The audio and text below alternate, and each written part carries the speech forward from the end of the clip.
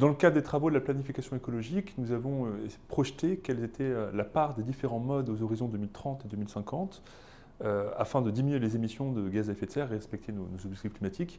La part de la route est amenée à diminuer. Elle occupe aujourd'hui à peu près 82% du transport de voyageurs et plus de 85% de transport de marchandises. Néanmoins, elle restera majoritaire, puisqu'en 2030, on estime qu'on arrivera à faire diminuer sa part autour de 75-78%. Et même à 2050, la route restera le mode de transport dominant. L'enjeu, c'est donc à la fois de régénérer la route existante pour que le réseau soit de qualité et s'améliore, notamment pour le réseau national non concédé et les réseaux départementaux et locaux.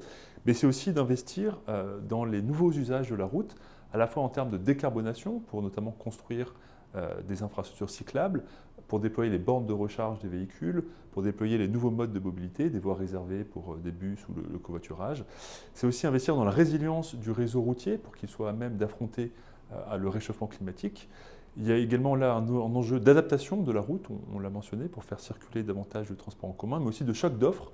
Et c'est notamment dans le cadre des SERM qu'on pourra développer davantage d'offres de transport collectif, dans une logique non pas de concurrence entre les modes, mais de complémentarité entre les transports en commun, le vélo et les transports ferrés.